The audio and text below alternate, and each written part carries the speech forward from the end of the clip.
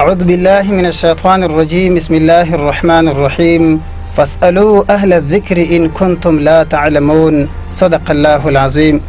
قدرمنو دوستانو او د غرغښت تلویزیون ګرانو مینوالو، لکه سره کوم چې تاسو خبر یاست چې د روژې په مبارکه میاشت کې د خونړیو پیښو په رامنځته کېدو سره په سلګونه کورنۍ د ویر او متم په ټغر کېنول شوې. لازمه خو دا وه چې د الله جل جلاله د رضا لپاره د خیر او برکت کارونه ترسره شوي وای چې په وجه یې زموږ ګناهونه بخښل شوي وای، لیکن له بده مرغه چې زموږ هیوادوال د ویر او د متم ورځې ونمنځلې. نن ورځ زموږ سره په دې بحث کې جاید عالم د علماو شورا رئیس مولوي شاه محمد محمدي او د ملي تلویزیون د دیني خپرونو مسؤل جاید عالم مولوي داود وقفي د بحث ملمنه دي چې ورته خرغلاس وایو. ستړي مشي او هر کله راشي. په دې اړه باندې دوی واورو چې په اسلام کې لمړی ځانوژنه څنګه ده. رزو مولوي صاحب شاه محمد ته دا چې په خوست ولایت کې د روژې په لمړی ورځ انتحاري برید ترسره شو چې پکې ډېر بېګناه مسلمانان تنکي ماشومان په شهادت ورسېدل. دا انتحاري عمل په اړه د اسلام ارشادات څه دي؟ بسم الله الرحمن الرحیم. د غرغښت تلویزیون محترمو لیدونکو اوریدونکو او مامورینو مشرتبه، خصوصا د ګردې میز ملګرو وقفي صاحب او احسان الله حسین صاحب محترم، د ټولو په اجازه باندې رښتیا ده چې په خوست کې یا په نور ولایاتو کې یا په مرکز کابل کې د روژې مبارکه میاشت کې داسې پیښې وشوې چې د هغه مناسب نه وي. وجه دا چې دغه میاشت د ټولو میاشتو د ګناهونو د بخښنې او د مغفرت میاشت، او دغه میاشت کې رسول الله صلی الله علیه وسلم فرمایل دي چې دومره عبادتونه دي چې په ټولو میاشتو کې دومره عبادتونه نشته. ټولو میاشتو عبادتونه جمع کړه، دې میاشتې عبادت وډېرېږي. نو په داسې میاشت کې په کور دا ده چې سړی عبادت وکړي، سړی چې د مسلمان ته خیر ورسوي، سړی الله یاد کړي، د الله نه د خپلو ګناهونو مغفرت او بخښنه وغواړي. په ځای د دې باندې یو سړی جګېږي ژوند مړ کوي او د نه علاوه مسلمان بل مسلمان مړ کوي. او رسول الله صلی الله علیه وسلم فرمایلی دی چې یو سړی چې فقط د یو مسلمان په مخ کې یوه کلمه یوه ټکه یو حرف یوه کلمه پکې استعمال کې هم د ده په ټنډه به الله پاک لیکلی چې آیس من رحمت الله، دا د الله د رحمت نه محرومه ده. بل حدیث مبارک فرمایي قیامت کې به الله د اول د وینې د تویولو پوښتنه کوي چې دا وینه ویلې تویه شوې ده، چا تویه کړې ده، په څه وجه تله شوې ده. او دې نه رسول الله صلی الله علیه وسلم صحابه کرامو ته یې اکبر الکبایر، کبیره په ګناه په ګناهونو کې دا ده چې الله سره شریک سړی ونیسي، او دویم نمبر کې مسلمان قتل ده. او رسول الله صلی الله علیه وسلم فرمایل دي ټول ګناهونه الله پاک معاف کوي مګر شرک نه معاف کوي او د مسلمان قتل الله پاک نه معاف کوي. نو د مسلمان قتل عظیم جرم، عظیمه ګناه د انسان لپاره د الله د حکمونو د هغې ارشاداتو غټه مخالفت د الله د حکمونو نه اعراض دا ده چې انسان جګ شي یو مسلمان بل مسلمان مړ کړي. رسول الله صلی الله علیه وسلم په حجة الوداع په عرفات میدان ټول صحابه کرام تقریبا 4.5 صحابه کرام موجود وو. دا یې ته فرمایي چې صحابه کرامو دې نه وروسته تاسو نه د مسلمان وینه تویول حرام دي، او د مسلمان عزت خرابول حرام دي، او د مسلمان مال دولت حرام دي. داسې حرام دي لکه په مقام مکرمه کې انسان لپاره ګناه حرام ده، لکه په دغه حج میاشت کې انسان لپاره ګناه کول حرام دي، لکه د اختر په ورځ باندې انسان لپاره ګناه کول حرام دي. دې نه وروسته مسلمان لپاره د مسلمان ګناه داسې هغه د حرام ده. مولوي صاحب محترم، دا بخښنه غواړم دغې خبرې ته به وشو چې دغه مسلمان چې مړه شول روژه یې وه او دې نه علاوه چې د لمونځ یې کړی و، خدای یې منلو، نو په دا نپوسه انسان لپاره مرګ د هغه مسلمان جواز نشته. ځکه چې رسول الله صلی الله علیه وسلم به صحابه کرام جنګ ته چې لېږل یو څو نصیحتونه به یې ته کول. یو به دا وي ته چې کوم قوم کې کوم وطن کې چې اذان کېږي تو سازه کې جنګ جهاد مه کوه. الحمدلله د افغانستان په ټولو ولایت په ټولو کلو قومونو کې اذانونه کېږي. دویم به دا ته چې چا چې لا اله الا الله محمد رسول الله ته تسیت نشه مرکوله اسمو من دماء او مالهم د مالونه د ویني مونږ نه معصوم شول مونږ دی پر جواز نشته بل به ته څوک چې خدای مني دا ما مرکای بل به ته څوک چې قبله ته طریق المنز کوي دا تو سیما مرکای بل به ته چې وړه مامړه کوي زوړه مامړه کوي خزي مامړي کوي نو دا چې د خلکو لا اله الا محمد رسول الله کلمه یلا او سره د چې دا مسلمان رجا هم نیولیا کچته دا کفار نوز بلا د خلکو رجا نه نیولیا کفار رجا نه نصیب او دا چې د رجا نیولې موږ دا شهادت او گواہی ورکو چې دا مسلمانون د مسلمانانو مارګ نو د ټولو دینونو ټولو مذهبونو موږ په قرآن او حدیث کې د جواز نشته او نه ورکول شو مولوی صاحب محترم تاسو به اوریدلی وي د رسنۍ نه هم چې په د 1300 ورځو کې د پاکستاني علماو هم په دې باندې واره ټولېدنه وکړله او حتی پاکستاني علماو هم په دې باندې اجماع وکړله چې په عام ټوله نړۍ کې نه یوازې په پاکستان کې بلکې په ټوله نړۍ کې ځانوژنه یا انتحاري بریدونه چې دي هغه حرام دي تاسو د دوی نظر سره څه ډول تاسو نظر تاییدوئ یا نه قدرمنو اختیار دا چې د ځان وژنه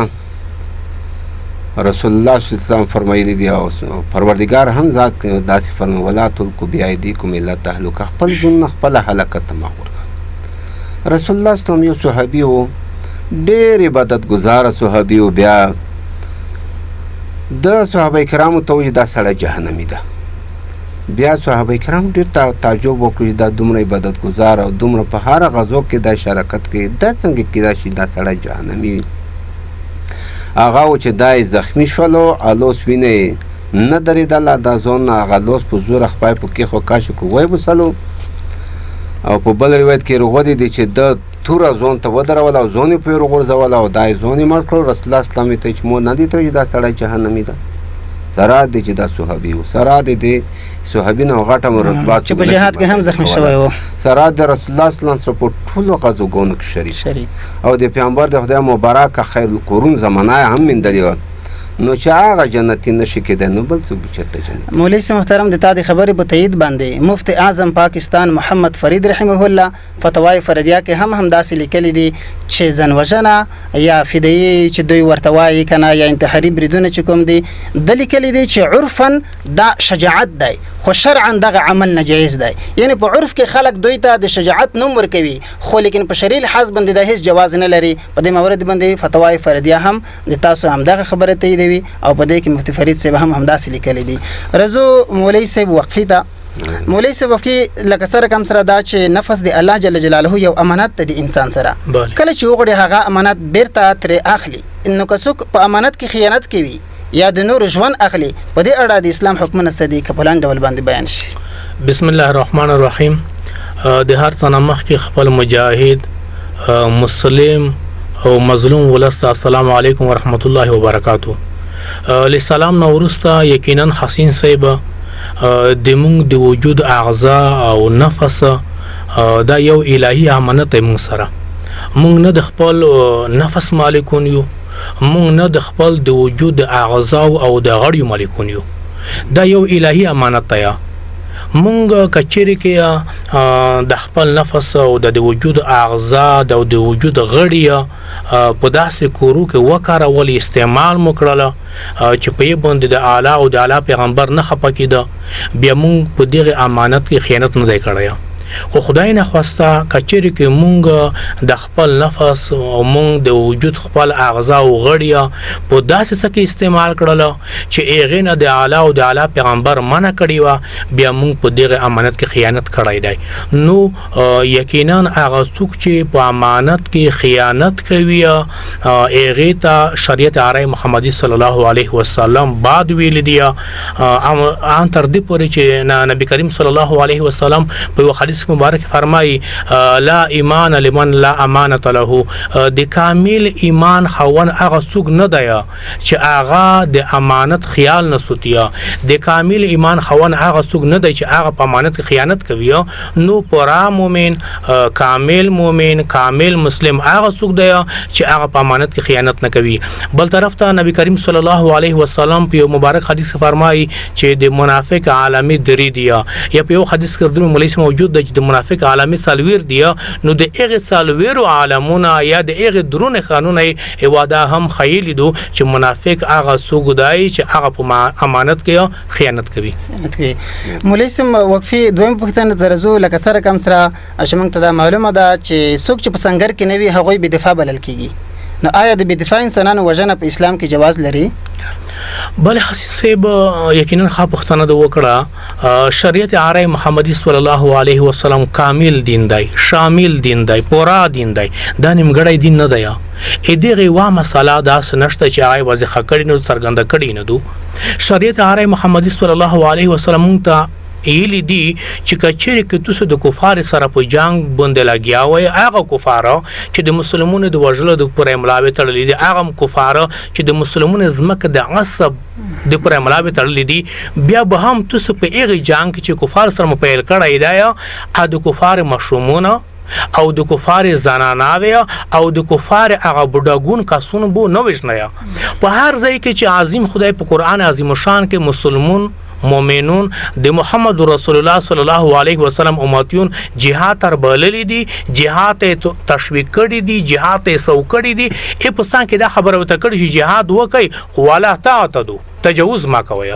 تجاوز د مطلب دی چې هغه بیکاسه خلق، هغه بیوسه خلق، هغه ملکی خلق، هغه خلق چې هغه تاسو په مقابل کې وصل نه در پورته کړی، هغه کما شوم دی، هغه کا خزدو اگر که د کفار نویه او هغه کا شیخ الفانی هغه زوړه سپینګری بډګون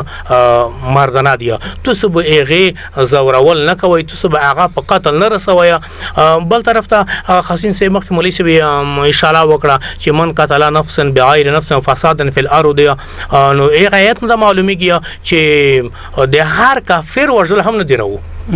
یو هغه کافر دی چې د مسلمان په مقابل کې قیام کړی دی، به هغه کافر دی چې د مسلمان دین میان زوري، هغه کافر دی چې د مسلمان د کمزوري کول د پر املا تړلې دو، هغه کافر سره جهاد راو دی په مقابل کې به مسلمان قیام کوي. او یو هغه عادي کافر دی چې هغه نه د مسلمان په خوره تجاوز کوي، هغه نه د مسلمان په مقدساتو تعرض کوي. بیا شریعت عاره محمدي صلی الله علیه وسلم د دغه کافر د وژلو اجازه چته نه ورکوي. بالکل ډیره مننه کو رزو مولوی صاحب شاه محمد ده. د حق او باطل ترمنځ یو لویه کرښه خدای جل جلاله له خاطر شوی ده چې خدای جل جلاله د حق طرفدار دی.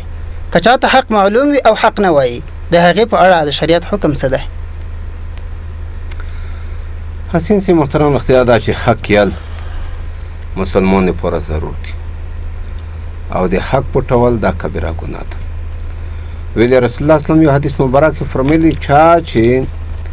یو حق خبره دا مگر د ونه کړله دا شیطان یا اخرس ده منا ګونګ شیطان دی تیری شوی دی. دا حق خبره دا د مگر دا حق خبره نه کوي. او بل دی کې پروردگار ذات هم د بنی اسرائیل نه شکایت کوي، د علماو نه دا شکایت کوي چې دی داسې خلک و چې دی حق چاته نه وي او ګناه چې دو چاته نه خیلی چې دا ګناه ده دا مه کوه. نو دې وجې نه پروردګار ذات یې دا ډېر بد خلک وو.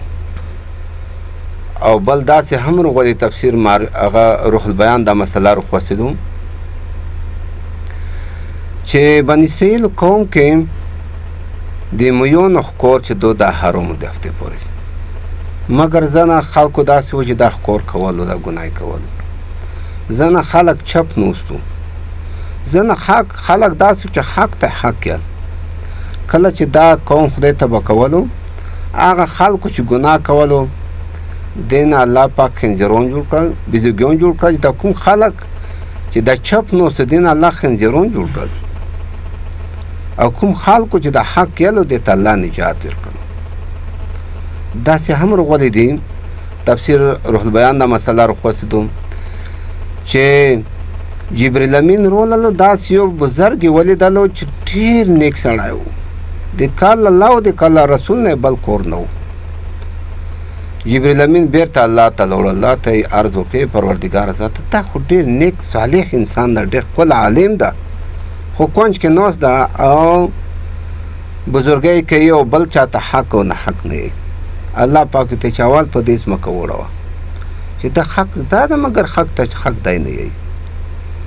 نو یو سړی چې حق زده او حق نه یی دا که عالم وي دا که بزرګ وي دا که تبلیغي وي دا که پیر صاحب وي دا که نیک صاحب وي که د بزرګ سړي صاحب ځای وي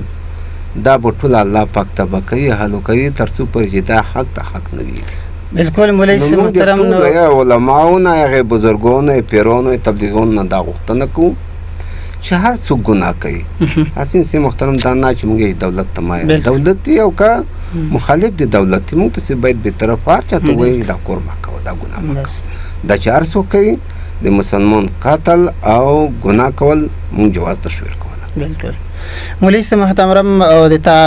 ډېرې ښایسته او مدللې خبرې وي همدا په حق نه ویلو باندې هم قرآني آیتونو کې هم سخت وعید او جزا ذکر شوي دي چې هغې ته الله پاک ډېر بد القاب استعمال کړي دي. ومن لم يحكم بما انزل الله فاولئک هم الکافرون فاولئک هم الظالمون فاولئک هم الفاسقون. الله تعالی د موږ تاسو ټول ته توفیق راکړي تر څو هر وخت او په هر ډګر کې موږ حق بیان کو. بعضې صحابه کرامو به هم د نبی کریم صلی الله علیه وسلم سره په هغه وخت کې چې دوی په اسلام باندې مشرف کېدل بیعت به یې په دې باندې کولو چې موږ به حق بیانوو ولو که حق هم تریخ وي. نو راځو مولوي صاحب محترم بخښنه غواړم ډېر خلک یو ګناه کوي مګر ګناه ته ګناه یې نه یایي ادومره ګناه نه مګر ګناه ده یو ګناه ته ګناه نه یایي دا کبیره ګناه ده ډبل ګناه ته نه جوړ شو. موږ دا یایو چې علماو نه او په پوهې خلکو دا یو غږ کوو چې د خدای په خاطر د مسلمانانو په خاطر روزه ګناه ته ګناه وایي. دا چې یو رسول روله وطن جوړ شو بیا که ته په منبر ډېر توتي غوندې پورته ورځې زه دې څه کوم دا نن ورېدو چې ته حق ته حق وایې. بالکل همدغه چې د هر چا په مقابل کې حق وویل شي دغه افضل جهاد هم ذکر شوی دی. بالکل نو راځو مولوي صاحب وقفې ته. تاسو به خبر یاست چې د روژې په 4مه ورځ باندې په کابل کې چې کومه یوه پیښه شوله چې په دې کې تقریبا په سلګونه بېګونه ماشومان زناناوې او همدا ډول بې دفاع خلک چې هغې د خپلو بچیانو د نفقې د لوسته وړلو دپاره هغې ته نفقه پیدا کوله خپل ژوند یې د لاسه ورکړلو. په هغې انتحاري برید کې چې هغه زیات شمېر زموږ وطنوال مسلمانان بېګناه مظلوم خلک په هغه کې په شهادت باندې ورسېدل او تقریبا تر 500 حدودو پورې په هغې کې ټپیان شول. په دې باندې خو مولوي صاحب تفصیلي خبرې وکړلې چې انتحاري برید د اسلام له نظره هغه جایز نه دی. خو هغه کسان چې دې ته زمینه برابروي یا دې ته شپه ورکوي د هغې دپاره سهولتونه برابروي شرعا اسلام د دغې کسانو په باره کې څه وایي چې یو د چا په کومک سره د چا په مرسته باندې یو څوک دې ته زمینه برابروي تر څو داسې چاودنې رامنځته شي. بله حسین صاحب یقینا د کوبل پیښه یوه دردناکه پیښه وه. د کوبل پیښه هر واقعي افغان کړولی دی دردولی دی په هغې باندې هر واقعي افغان څه خفه دی. زه ایتو پوښتنه ته ورس ترڅم زه وبته خو مولوي صاحب یوه ملګري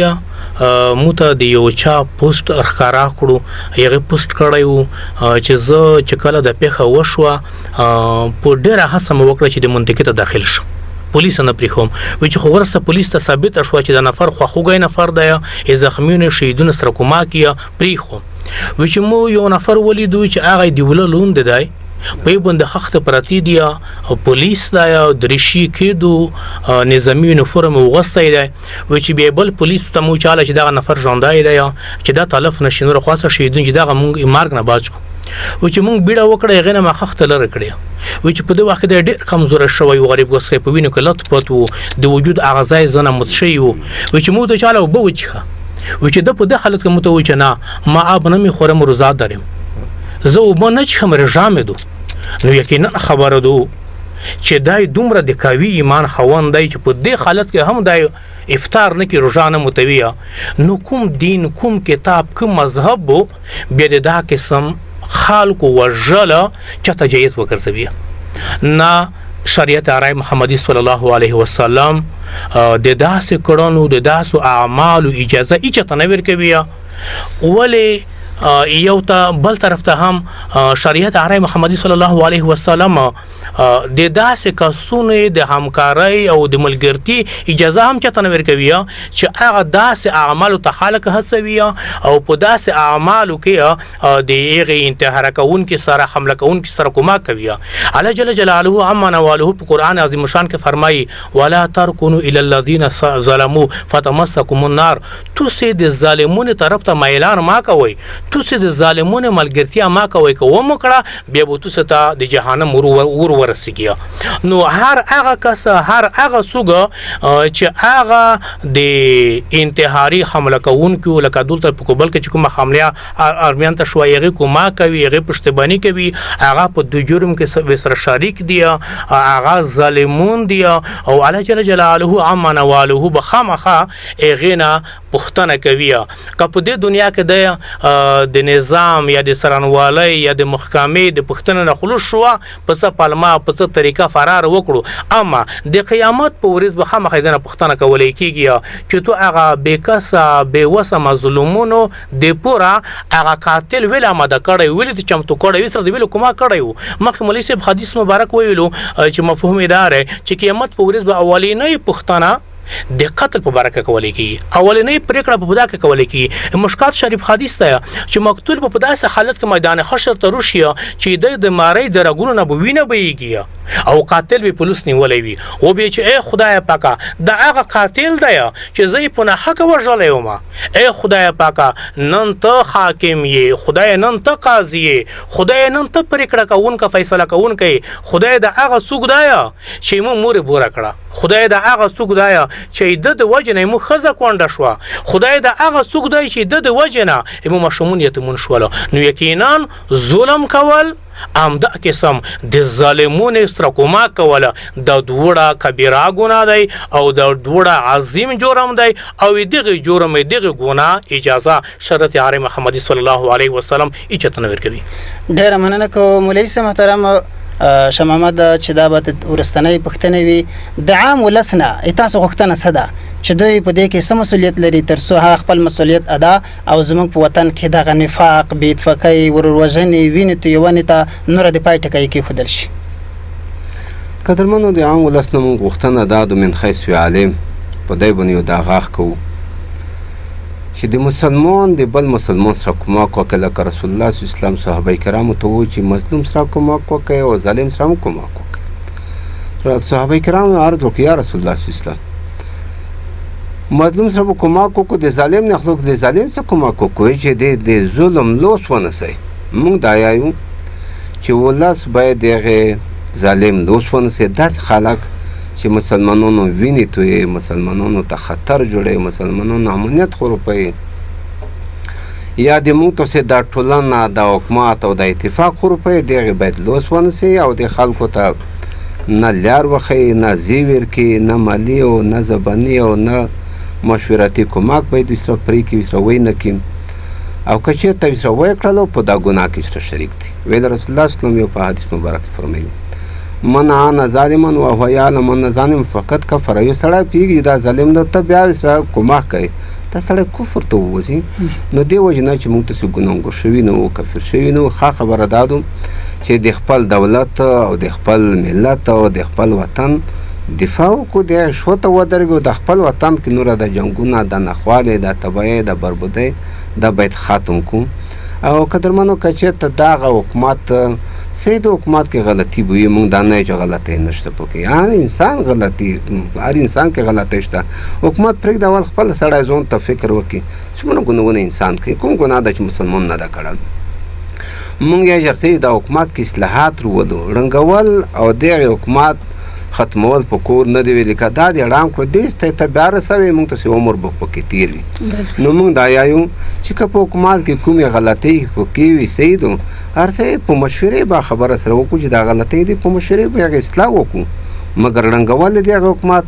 دا د دښمن په ګټه دی، د وطن په تونه دی. مولوي صاحب محترم د تا د خبرې په تایید باندې پرون ورځ مې مطالعه کوله، نه یو بحث راغللو په دې باندې چې که چېرته د وخت خلیفه او بادشاه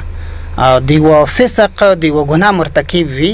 نو آیا د فسق په وجه باندې د بادشاه په خلاف باندې پسون یا د بادشاه عزل کول جهیز دی او کنه؟ په دې مورد باندې د امام نووي رحمه الله چې لوی محدث دی حتی د فقهاو اجماع نقل کړي دو چې په فسق سره به بادشاه نه عزل کیږي او نه د هغې په مقابل کې وسلوال پسون جایز دی.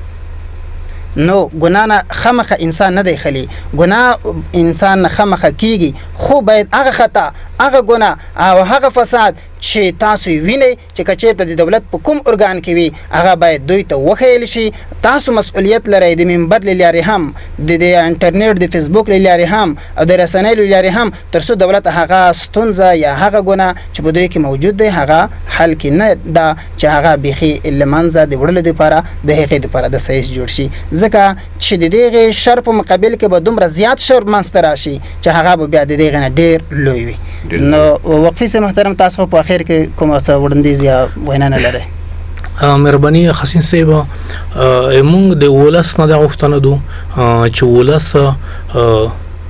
په امن امان کې، په امنیت ورستل کې د هغې امنیتي ارګانونو سره چې هغې د موږ امنیت پر ملا تړلو د همکاري وکړي. بل طرف ته مو د نظام نه دا غوښتنه دو، دا نه چې زه د نظام مخالف یم، نه، زه په دغه نظام کې اوسېږم،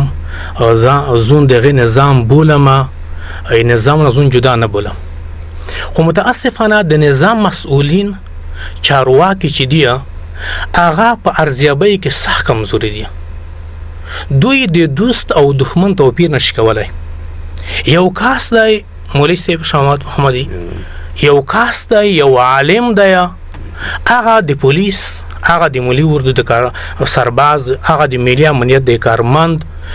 د جنازې نه پټېږي، هغې فاتحې نه پټېږي، هغې ته شاهد یي، هغې ته چې زه د تو د څنګ ملګری یم، د منبر نه دا خبره کوي، د میډیا نه دا خبره کوي. اما یې په څنګ کې یو بل څوک دی چې هغه نه د ملي اردو سرباز ته، نه د ملي پولیسو سرباز ته، نه د ملي امنیت سرباز ته نه د شهادت حکم ورکوي، نه جنازه کوي، نه فاتحه کوي، ان تر دې پورې چې د مبارزه پکه نه بولي. ولې هغه څوک چې د نظام ظلم ملاتړی بولي، عالم چې پولیس جنازه کې، د ملي اردو سرباز جنازه کې، د ملي امنیت د سرباز جنازه کې، هغې ته مسؤل د دښمن په سترګه کسیه. اما هغه څوک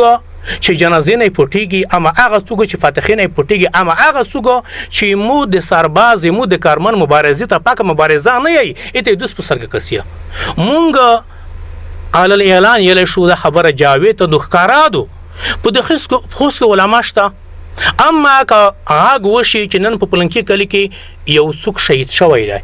څوک دی؟ د ملي امنیت سرباز دی، د ملي اردو سرباز دی، یا ملي پولیس دی، سرحدي پولیس دی. مولوي صاحب په کلي کې 15 نفره علما شته یا نشته؟ ټول ورک دي.